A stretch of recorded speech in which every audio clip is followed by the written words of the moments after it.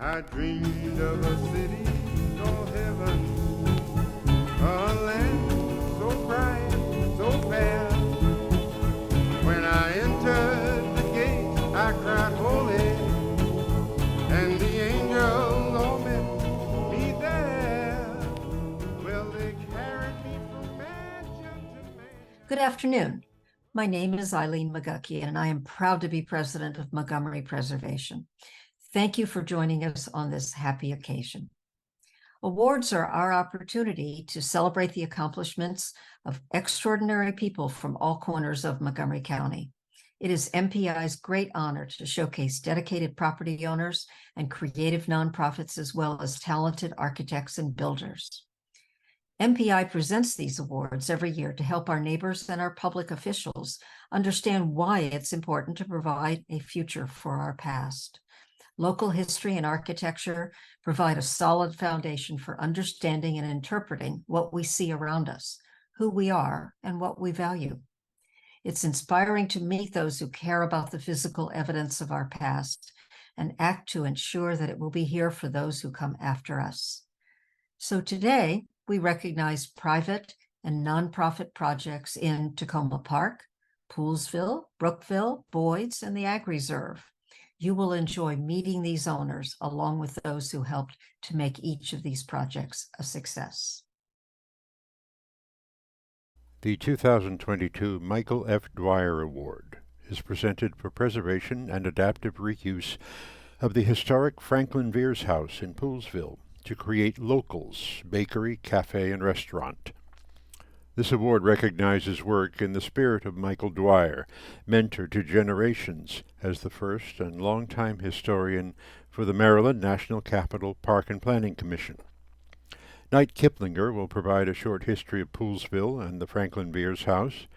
County Council member Marilyn Balcom will present the award, and owners Sandy Wright and David Tarrio will accept it. Poolesville, a town of almost 6,000 today, is the hub of western Montgomery County, surrounded by the famous Ag Reserve. Until the closing of nearby White's Ferry in 2020, it had been the gateway between Montgomery and Loudoun County, Virginia, for 250 years. Western Montgomery County was settled on large land patents in the early 18th century, and Poolesville was founded in the 1790s as a crossroads trading center. Farm goods traveled through Poolesville to larger markets in every direction by rough roads, river ferries, and after 1833, the C&O Canal. Virtually all farms in the region were worked by enslaved workers, some of whom would try to escape north to Pennsylvania. During the Civil War, Maryland stayed in the Union, but with slavery intact until the state freed its slaves in 1864. Most young men in western Montgomery County fought for the Confederacy, and Poolesville was occupied by thousands of Union troops.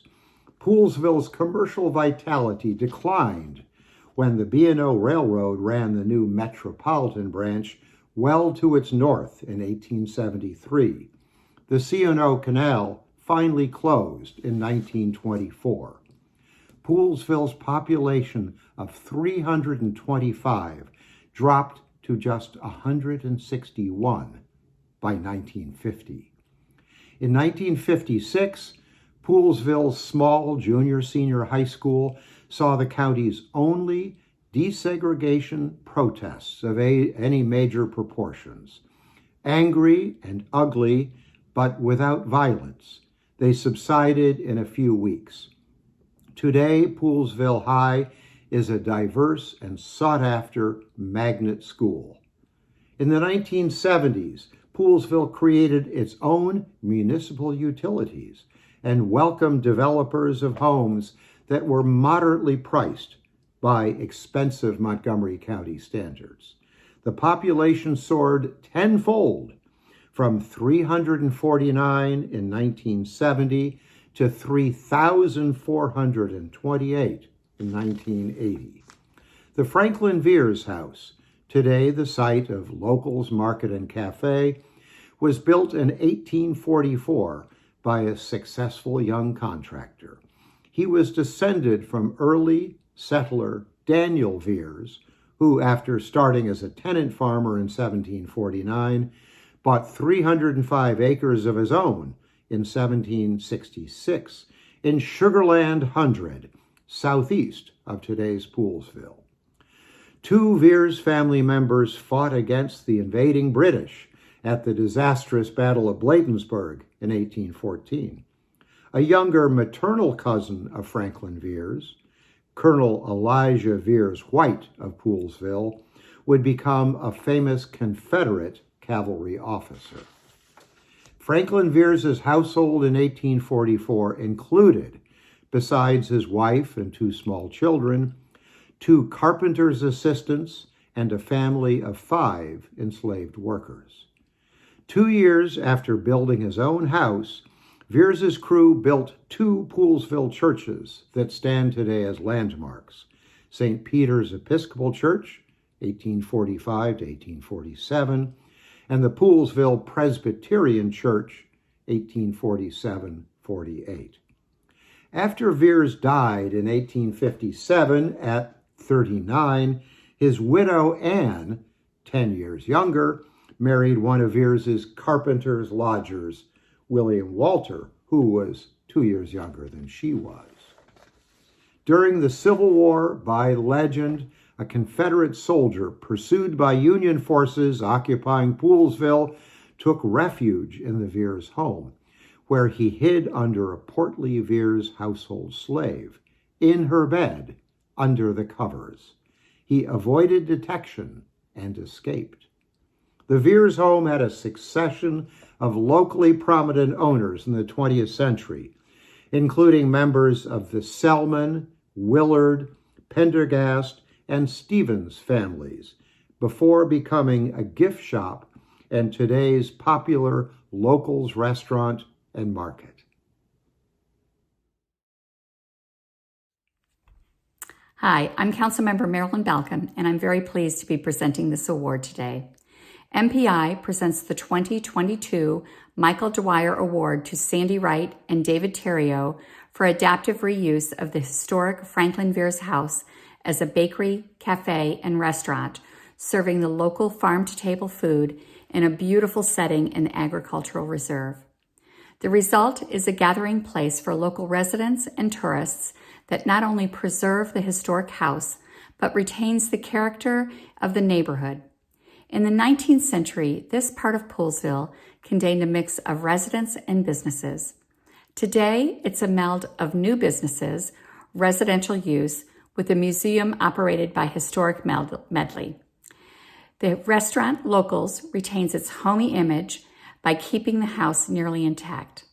A modern side porch has been transformed into a marketplace and service area that blends with, but does not copy, the style of the house. And a commercial kitchen fits neatly into the addition behind the house.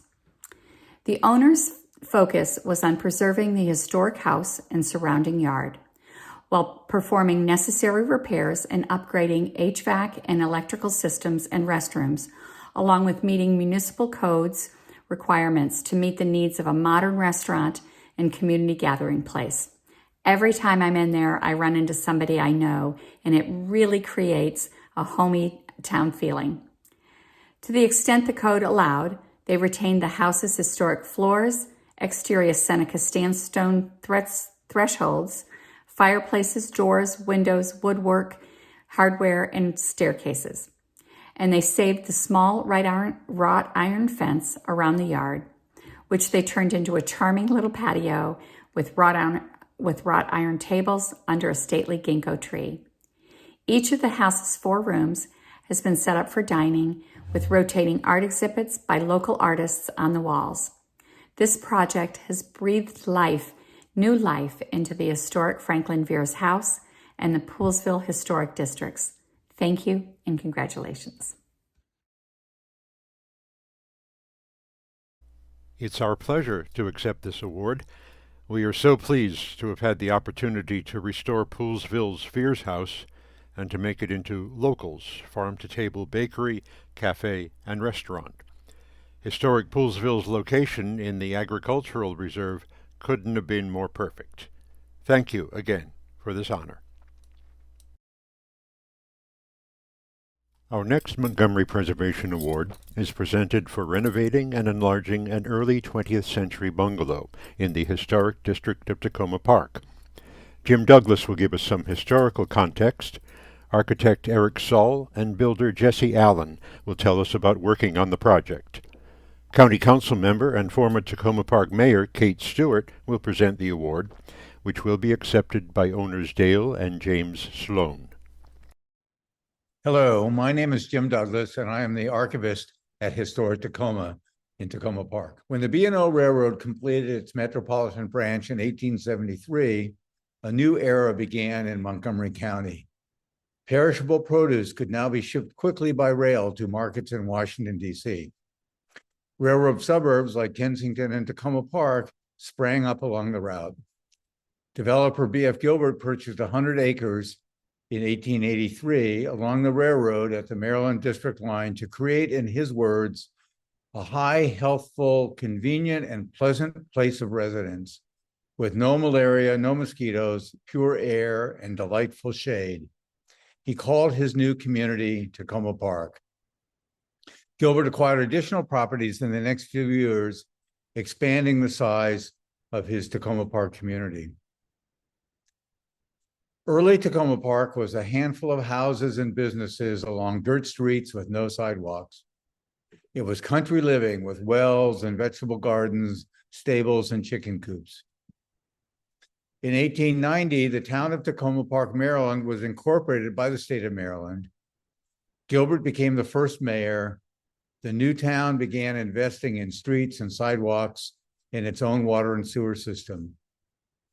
Soon streetcar lines began arriving from downtown Washington, and Tacoma Park grew. It was the largest town in Montgomery County by 1913. Today, Tacoma Park is a city of around 18,000 people living largely within the original 2 square miles of the town and always profiting from the proximity to the railroad. In the mid-19th century, a religious awakening swept the country while people waited for the imminent second coming of Christ. The sect now known as the Seventh-day Adventists developed during this time. In 1904, the Adventists moved their world headquarters, known as the General Conference, from Battle Creek, Michigan to Tacoma Park. They established a publishing house, a hospital, a missionary college, a seminary, churches, schools, and housing for their employees and members, along with the General Conference offices. The impact of the Adventist community on Tacoma Park's institutions, geography, and culture remains. The house known as 7214 Maple Avenue sits on a 10,000 square foot lot in the heart of Old Tacoma Park in Gilbert's original subdivision. Like much of Tacoma Park, the lot remained unimproved for decades. In about 1922, a bungalow was built on the lot during a time when many such new houses were built throughout the town. Dale Sloan has been an owner of this bungalow since 1985. The renovation and enlargement she and her husband James completed in 2022 is a fine testament to her skills and taste as an interior designer. I'm Eric Saul, owner of Saul Architects in Tacoma Park, Maryland. I'd like to thank the Historic Preservation Commission for working with me and the rest of the design team to increase the size of the addition at 7214 Maple Avenue in a way that allows for important functional and practical needs to be met while still respecting the historic character of the home and the integrity of the view from the street. The 2-story addition in the back is stepped down from the original house so that both floors can have ceilings of normal height. Side dormers have been added to the main house that are not visible from the street, but allow the cramped original loft to become a true second floor.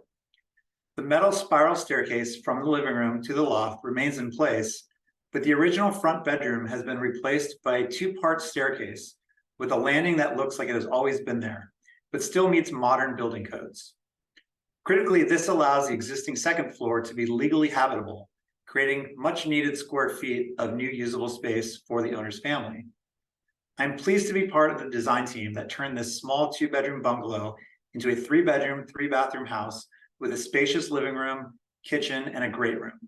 Through accommodation and compromise, we and the Historic Commission have shown that it is possible to meet the goals of both preservation and modernization, and in the process, we meaningfully improve the useful life of this historic house.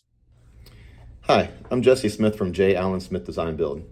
We've built many projects with Eric Saul, and this is definitely one of my favorites. Working with Dale and Jim was a lot of fun. My job as the general contractor and having a background in architectural millwork is to make sure all of our new work and the existing home match seamlessly. This could be anything from detailing the exterior roof brackets or corbels, right down to interior trim like base molding and door casings. There's even a few window details that have multiple piece heads to them that we've custom matched up and slightly altered from floor to floor to create a level of hierarchy throughout the home. Very proud of this project and want to congratulate Jim and Dale for the award. Good job, guys.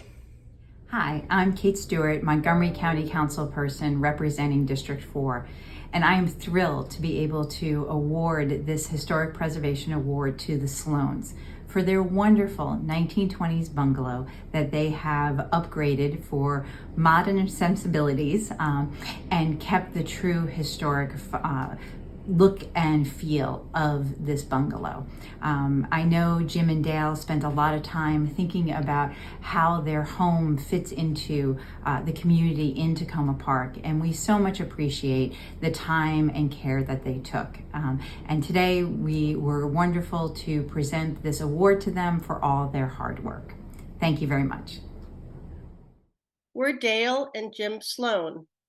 We're thrilled to receive this Historic Preservation Award for the work to renovate and enlarge our home.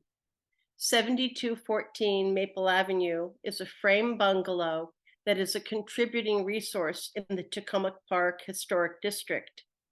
It was built in 1923, so it's now celebrating its 100th year anniversary. I've lived in this house for almost 40 years.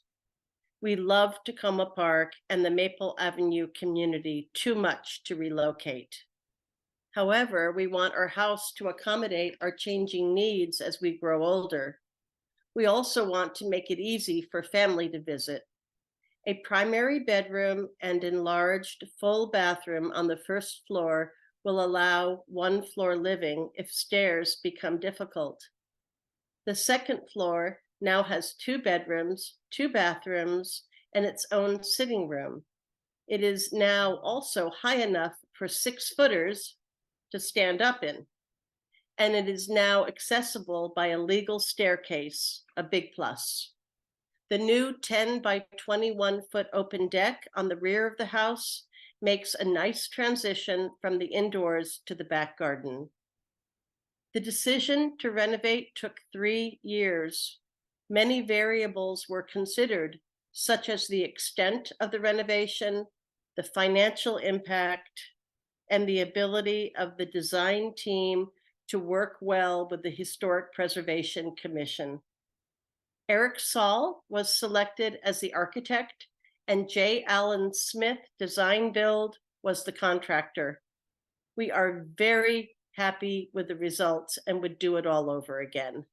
Thank you so much for this award.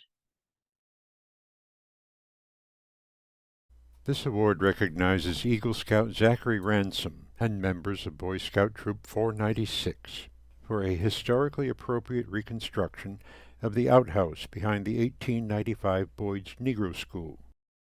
Boyd's Historical Society Vice President Claudia Galenda will present a brief history of the village of Boyd's Station and of the black residents of the community of White Grounds who built the Boyd's Negro School. State Delegate David Fraser Hidalgo will present the award, and Zach Ransom will accept it. Hello, my name is Claudia Galenda, and I'm the Vice President of the Boyd's Historic Society. I'd like to present to you now a short history of Boyd's. In 1866, the B&O Railroad began constructing the Metropolitan Branch between Washington, D.C. and Point of Rocks, Maryland.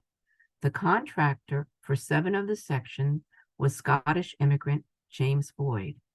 He bought hundreds of acres of land and settled in the area as a farmer once the line opened in 1873. The station near his farm was named Boyd Station in his honor.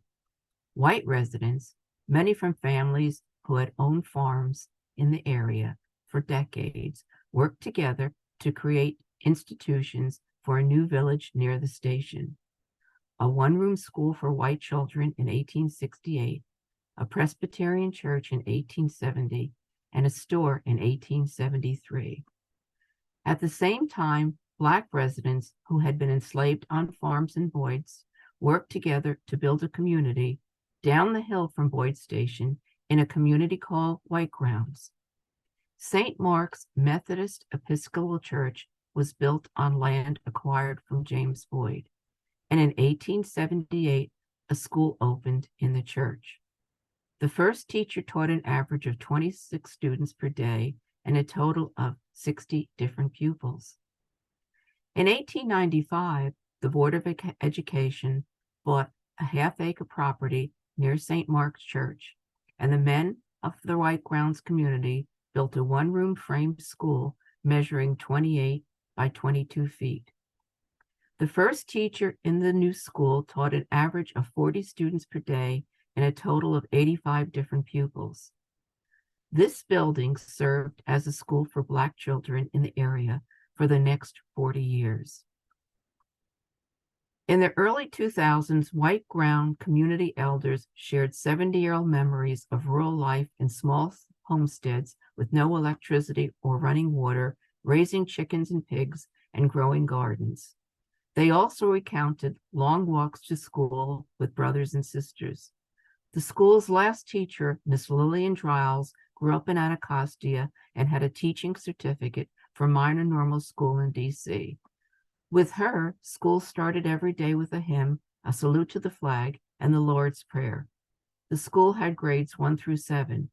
In addition to school subjects, there were chores like cleaning, hauling water, and putting wood into the stove. After lunch, there were games like baseball and jump rope. Behind the school were 2 outhouses, one for boys and one for girls. In 1936, the Board of Education closed the two segregated one-room school in Boyd's and sent the children to 2 segregated 2-room schools in Clarksburg.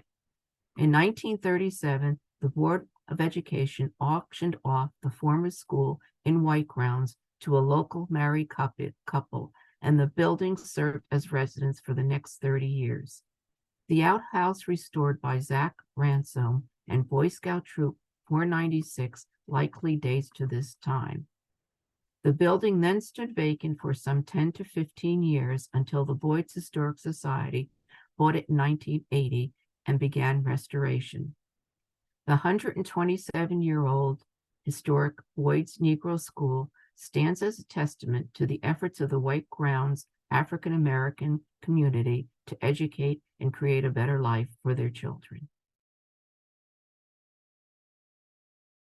I'm pleased to present this MPI award to Zach Ransom and Boy Scout Troop 496 for their historically appropriate reconstruction of a collapsing outhouse located behind the 1895 Boyd's Negro School. The project involved disassembling the exterior of the outhouse while preserving the concrete bowl in the interior, stabilizing the foundation, then rebuilding the exterior as close to the materials and appearance of the original as possible, along with laying a pathway to the reconstructed building.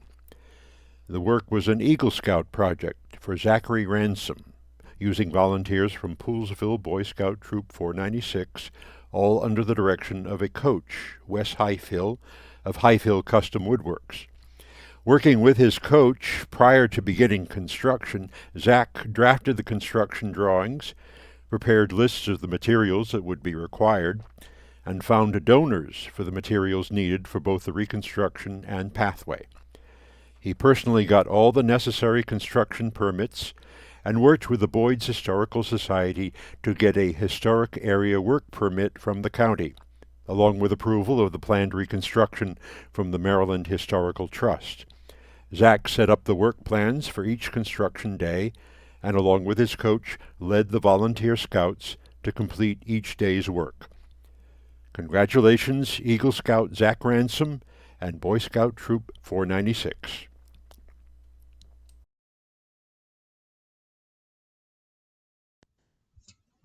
Thank you. I am deeply honored to receive this award.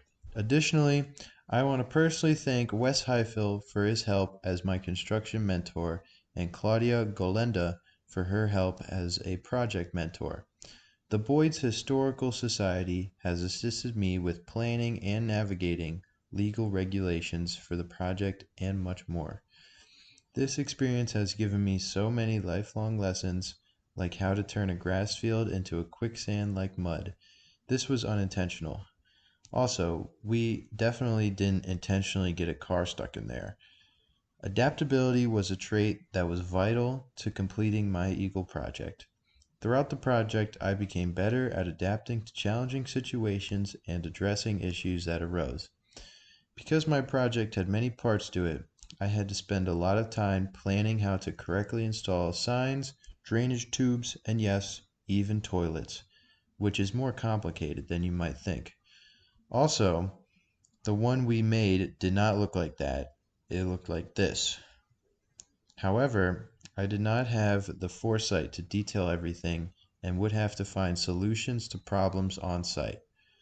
Before even getting into this project, I knew it was going to be a lot of work, but seeing how far along it came with the effort of the troop, my mentors, and myself was the most rewarding part of my project. I always had great turnout and everyone was working hard to fulfill the tasks assigned. Seeing some scouts clearing brush while others loaded mulch and others spread mulch on the trail and others spilled mulch in the grass, the picture brings the memories rushing back. All the effort made me proud of all the hours put into the project, besides the hours spent spilling mulch. Again, thank you.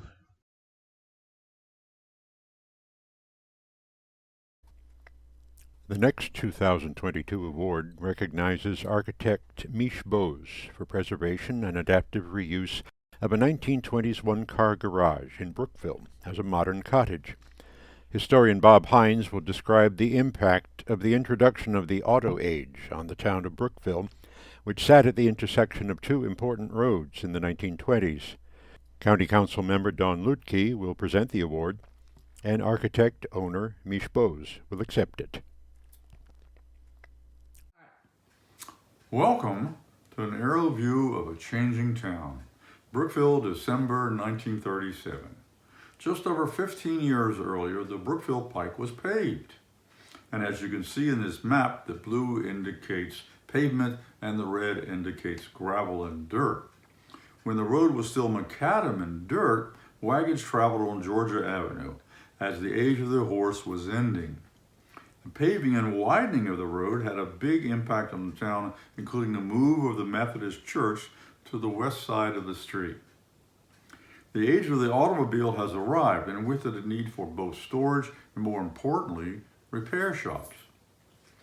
Initially, Henry Ford built the Model T to last a long time for $319, but by the 1930s, he had changed his business model to have built-in obsolescence, requiring more work for repair shops. Howard Craver opened his garage on Georgia Avenue with an overflow area in his two-story barn on Market Street. He happened also to be married to the town's own piano teacher, my Aunt Nellie Hines. Across the street from Howard Craver's is another garage, Fennington's, thus making two serving the town and the surrounding area. Cars are included in period photos at homes as a status symbol. By the 1930s, car ownership was more common. There is even a garage attached to the Madison House. In this modern town, the two mills at each end of the town have closed down. But with the central post office and shops, the town remains an important intersection. MPI presents this 2022 Historic Preservation Award to architect Mish Bose for adaptive reuse of a 1920s one-car garage to create a charming modern cottage. The site is a 10,000 square foot corner lot behind the historic Isaac Briggs house in Brookville. The garage was a cinder block building with an earth floor, metal roof, and sliding doors. In 2 steps, Mish took that building and produced an up-to-date, compact apartment that takes advantage of the site's light and view and provides privacy in a dense setting. The garage was first remodeled in 1999 for use as an architect studio. In 2020, the studio moved to another, larger Brookville site, a 1920s building whose remodeling received an MPI award in 2020. After being emptied, the former garage got a kitchen, laundry facilities, a full bathroom, a sleeping loft with built-in storage accessed by a ship's ladder. It also received a deck that affords a view of the verdant backyard and the woods beyond, but not of the closest houses. The result is a jewel box of an apartment with a colorful, modern interior, tall, open main spaces, and abundant natural light, and an exterior appearance that blends seamlessly with Brookville's historic architecture. Thank you, Mish, for adding to the county's housing stock and for twice saving historic buildings. You have given 2 1920s buildings new life as modern structures that meet 21st century needs and still preserve the aesthetic character of the 19th century town of Brookville. Hi, my name is Mish Bose, and I'd like to start by thanking Montgomery Preservation for choosing my project for this award. I'd also like to thank the Historic Preservation Commission for helping through and help guide the project through the process of getting it approved and finally constructed. When I bought my house at the corner of South and Market Streets in 1991, the house and garage both needed work. The garage became a priority when my 3rd child was born, and I needed to move my architecture studio out of the house. The first schedule buster was the discovery of a wren's nest, which set us back a couple of weeks until they fledged, and then we began in earnest. You can see an early construction image showing the foundation walls. The original simple masonry garage was very sturdy, and the concrete blocks were far heavier than their modern counterparts. The contractor can be seen using a masonry saw to cut out one of the windows in this image. If you look closely, you can see the openings that are drawn on the concrete wall, not yet cut out. The construction was done in 2 phases. Phase 1 included a frame addition and a foundation for a future bathroom, which was constructed later in Phase 2. Insulation and insulating the building was a challenge, which required a frame wall on the interior to provide an insulating layer, as well as space to run electric and Ethernet cable. The existing roof was framed with 2x6 rafters, not deep enough for insulation and not stiff enough to meet the structural codes. We sistered 2x10s to them with stainless steel cables as tension ties. I moved my studio in and worked in Phase 1 for several years before adding the bathroom and a covered deck. You can see that the addition stands out with the new raw oak board and batten siding provided by an Amish sawmill in southern Pennsylvania. We grew out of our space once again in 1919, moving our studio up the street and converting the old studio into an accessory dwelling unit. I'll say a few words here about ADUs and enlightened housing policy. Brookville gained its zoning authority in 1999 and included ADUs in the ordinance as of right, without most of the restrictions that Montgomery County had in place at that time. The county changed the ADU policies 15 years later. Modifications to change the use were largely interior, as you've seen in the previous slides, with the installation of a kitchen, closets, shelving, and paint. We rented it for the first 2 years to a photographer who lived in it part-time and used it as her studio as well. Ironically, in a conversation with the previous owner of the house, I learned that local guitar legend Nils Lofgren had been interested in buying the house and turning the garage into a music studio. Coming full circle, the ADU is now also a music recording studio. This is the new tenant, my son Noah, who is now making music and teaching full-time in the cottage. Thanks very much. 2022 County Executives Award is presented to the Tacoma Park African American Oral History Project, sponsored by Historic Tacoma.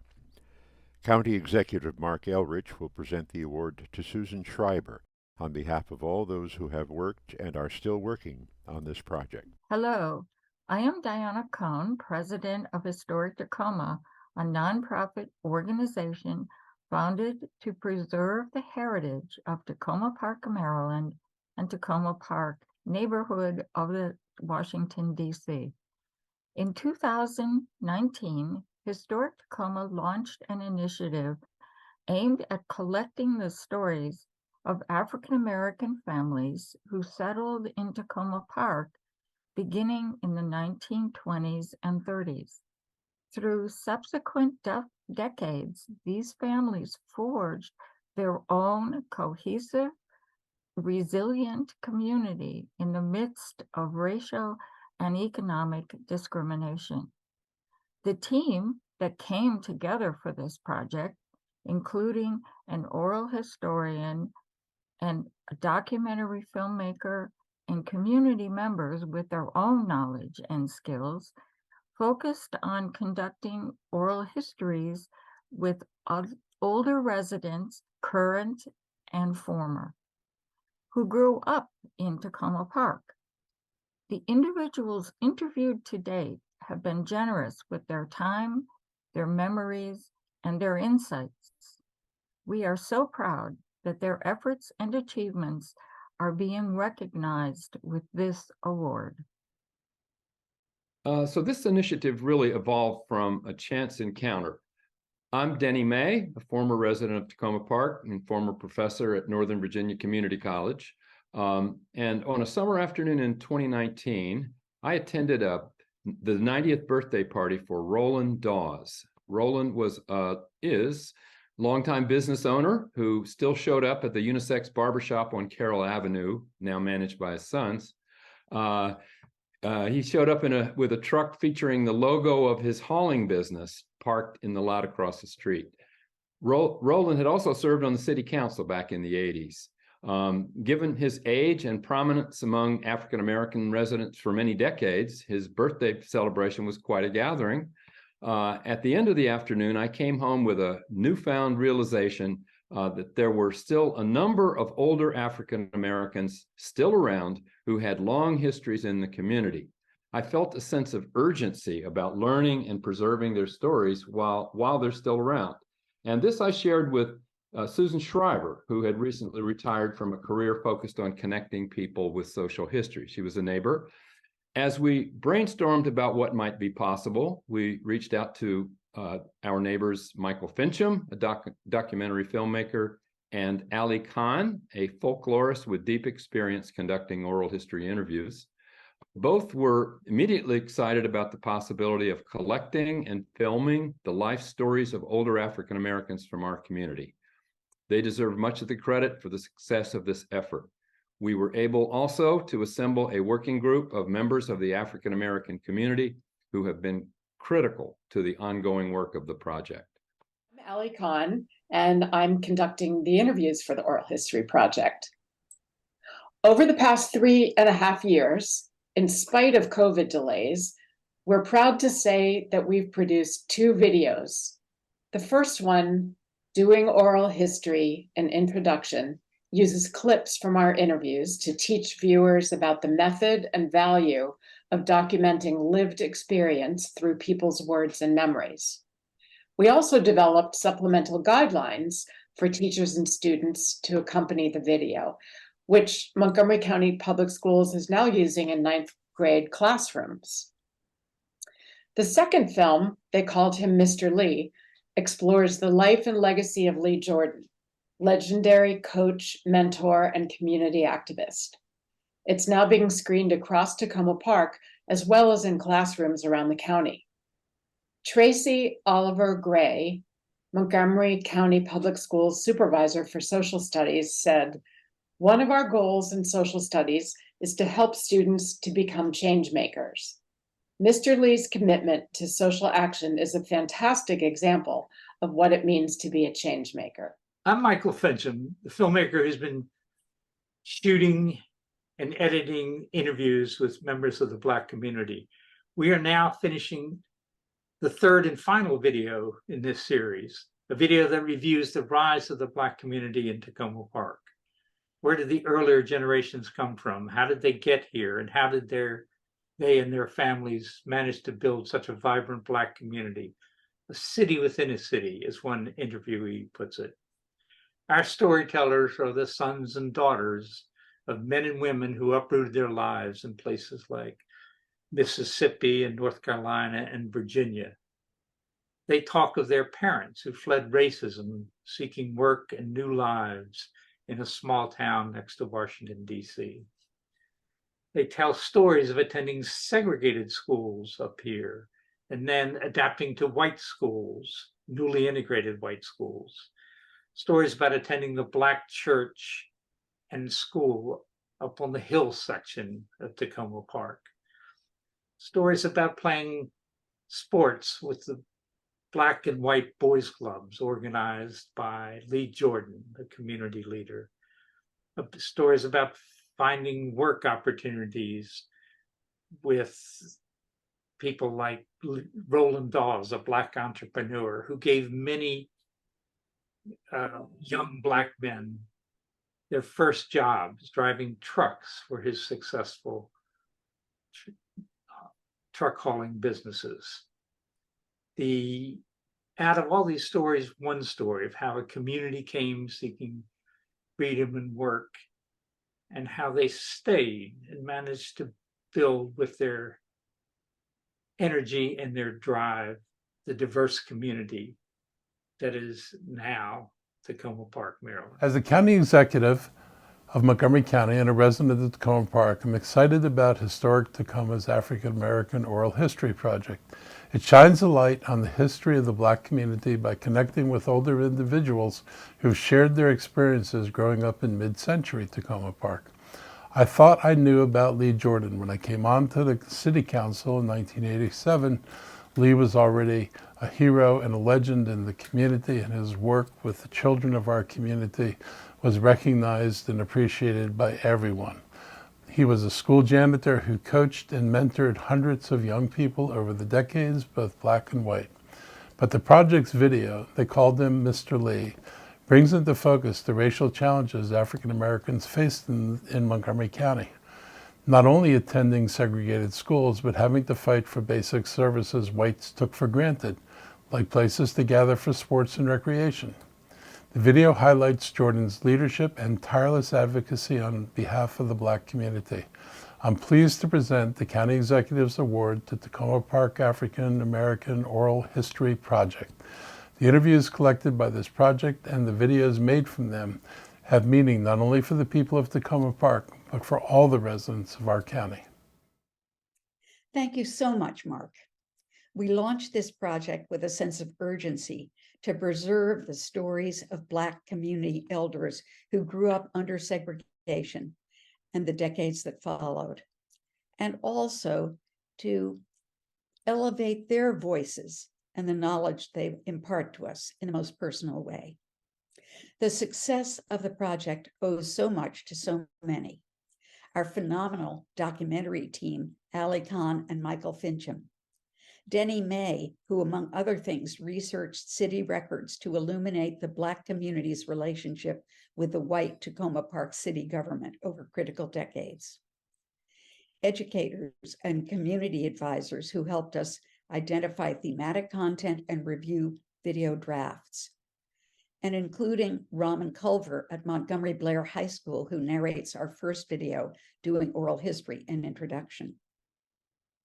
A special shout out to Patricia Matthews, the daughter of the beloved coach, mentor, community leader, and tireless advocate for the Black community, Lee Jordan, who's the subject of our second video. They called him Mr. Lee. Pat still resides in the heart of what had been the central Black neighborhood known as the Hill. She encouraged us to attend the annual Tacoma Park Reunion Picnic, a gathering of those who grew up in the Black community and their families, and where we made our first contacts for subsequent interviews. In addition to identifying key interviewees, Pat, with her deep and intimate understanding of the community's life and history, has informed every stage of the documentary process. Her perspective and her commitment to the Oral History Project have been invaluable. And of course, our deepest gratitude goes to the approximately 15 individuals we've interviewed thus far for their candor, their insights, and their trust. Speaking personally, to have had the opportunity to sit in on many of the oral history interviews has been a remarkable experience. We're grateful to our funders, the City of Tacoma Parks Community Grants Program, Maryland Humanities, and Preservation Maryland. Finally, I'll share one example of the value of bringing these stories to light. Some months ago, the supervisor of social studies K-12 for Montgomery County Public Schools wrote to me after seeing They Called Him Mr. Lee. One of our goals in social studies, she said, is to help students to become change makers. Mr. Lee's commitment to social action is a fantastic example of what it means to be a change maker. The videos we produced are now a part of the county's social studies curriculum. As viewers listen to these elders reflect on how they and their families built a vibrant community in the face of racial discrimination, we hope audiences will take away lessons for the present and the future. That will be the lasting value of the Tacoma Park African American Oral History Project. If you'd like to see the 2 videos produced thus far, go to YouTube and search for Historic Tacoma and the titles Doing Oral History, An Introduction, and They Called Him Mr. Lee. I dreamed of a city called heaven, a land so bright, so fair. When I entered the gate, I cried holy, and the angels all met me there. The Montgomery Prize is awarded for continuous outstanding achievement in furthering the aims of historic preservation in Montgomery County. This year, the Montgomery Prize goes to the Montgomery Countryside Alliance for more than 20 years of educating the public and of creating programs in the agricultural reserve. These programs defend and maintain the reserve as an agricultural area while preserving the historic rural landscapes of Montgomery County. The award will be presented by Royce Hanson, one of the most instrumental figures in creating Montgomery Countryside Alliance, and will be accepted by Caroline Taylor, its executive director. Until World War II, farming was the primary industry in Montgomery County, and most of the region was productive farmland. But development pressures grew in the second half of the 20th century, and Montgomery County's farms started to disappear at an alarming rate. In 1980, 93,000 acres of western and northern Montgomery County were designated as an agricultural reserve. Nevertheless, the view of thousands of acres of unbuilt and therefore unused land constantly attracted encroachment and development proposals. In 2001, it was proposed to build a Potomac River bridge crossing with accompanying highway through the agricultural reserve to connect Maryland and Virginia tech corridors. A grassroots nonprofit called Solutions Not Sprawl was formed to oppose this proposal, which it did successfully. In 2005, the Solutions Not Sprawl Board recognized the need to establish a permanent organization to address additional threats to the agricultural reserve. A new name was chosen, Montgomery Countryside Alliance, MCA. MCA now has 2 paid staff and a talented volunteer board and advisory committee to manage an extensive list of responsibilities and projects with a large number of partners. Hi, my name is Gene Kingsbury, and I'm the owner-operator of Kingsbury's Orchard here in Dickerson, Maryland. I'm a fifth-generation farmer, and my family's been working this property since 1907. I'll have to say, without the Ag Reserve, there's no way our family could continue farming this property in this part of the county. Thank goodness, back in the late 70s, Royce Hansen and others had the vision to come up with a concept to help preserve open farmlands here in the county. I often say that the Ag Reserve truly brought urban sprawl to a crawl in Montgomery County. That said, there's still challenges. We see continued pressure for development, we see special exceptions, and we also have to be concerned about continued government support for the Ag Reserve. That's why the Montgomery Countryside Alliance is so important. They're very much in tune with these challenges, and they work very effectively with both the public and private sectors to keep the farmland intact and protect the integrity of the Ag Reserve. That's why I was very pleased to see they're getting this award. I always support the MCA and encourage everybody to do the same. It's a very important organization. I am Tanya Doka-Spandler of Passion to Seed Gardening. When I came to the United States from Zimbabwe in 1995, I little thought that I would become a full-time grower of vegetables. But my parents had taught me to garden, and I missed the fresh food of my youth. In 2015, the Land Link program of Montgomery Countryside Alliance found me a matching landowner in Laytonsville, where I currently farm. Now I supply the African diaspora with the kind of vegetables that mean home to them. My regular customers stop by on Saturdays to buy vegetables that have just been picked. I also supply the Mana Food Bank through the Farm to Food Bank program. So far in 2023, I've been able to supply Mana Food with over 500 pounds of fresh produce. The Land Link program is a win-win situation for everyone involved in the process. I appreciate and applaud Montgomery Countryside Alliance for their outstanding Land Link program and preservation of the agricultural reserve. Thank you for the opportunity to share my story. I'm Lee Langstaff, manager and shepherd at Shepherd's Hay Farm here in the Agricultural Reserve.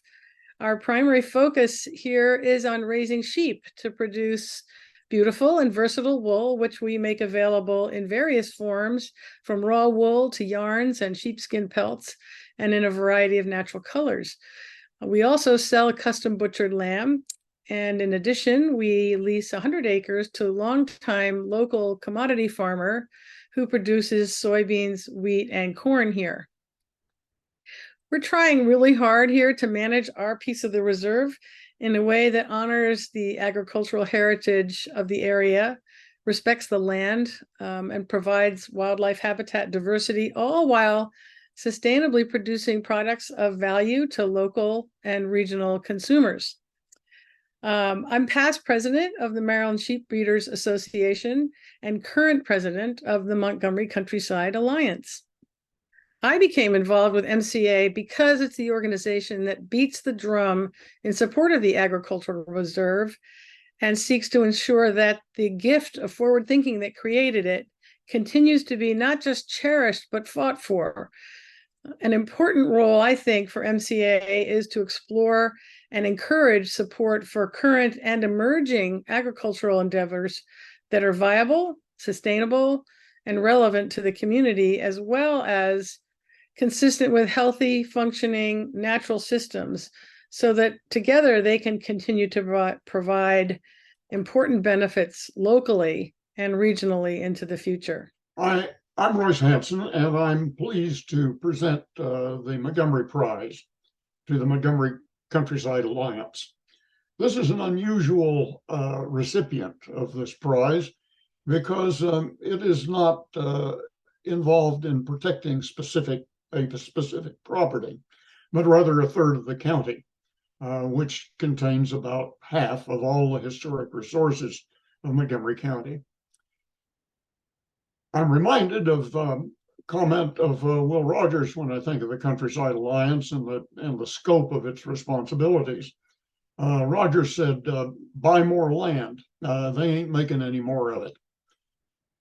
The Countryside Alliance has three principal functions: preservation, stewardship, and guardianship.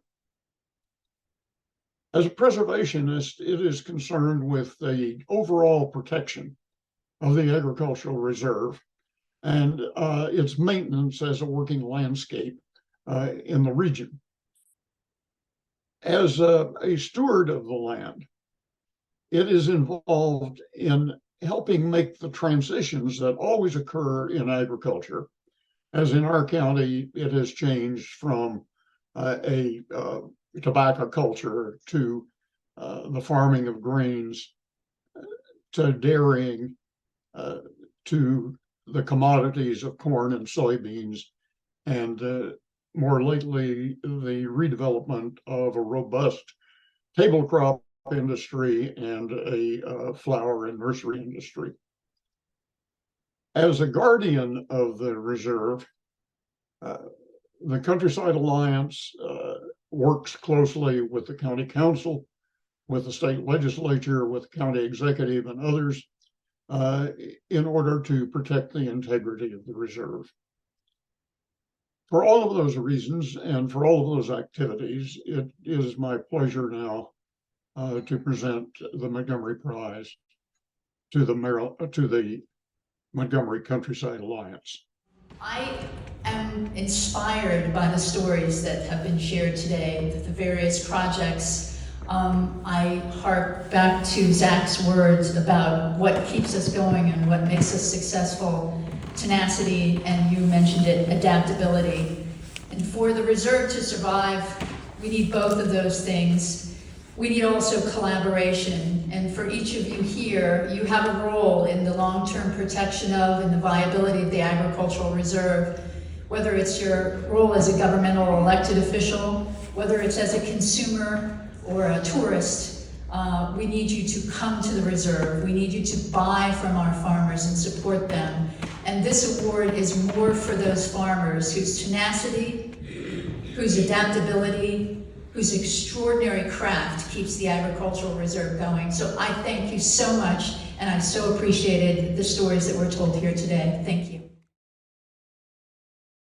Well, congratulations to all of the 2022 awardees. Please continue your great work and know that it is appreciated by your community.